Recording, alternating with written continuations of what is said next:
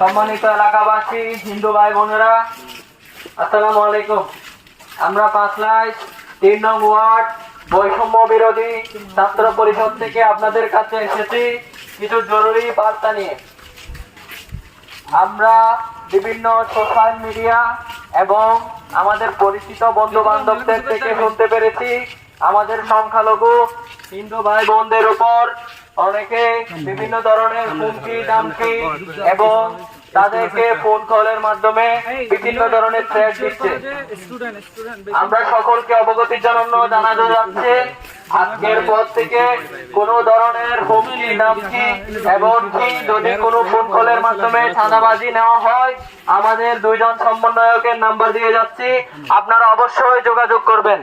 আমরা বাইজিৎ থানার অফিসার এবং সেনাবাহিনীর অনুমতি নিয়ে আমরা ব্রিফিং চালু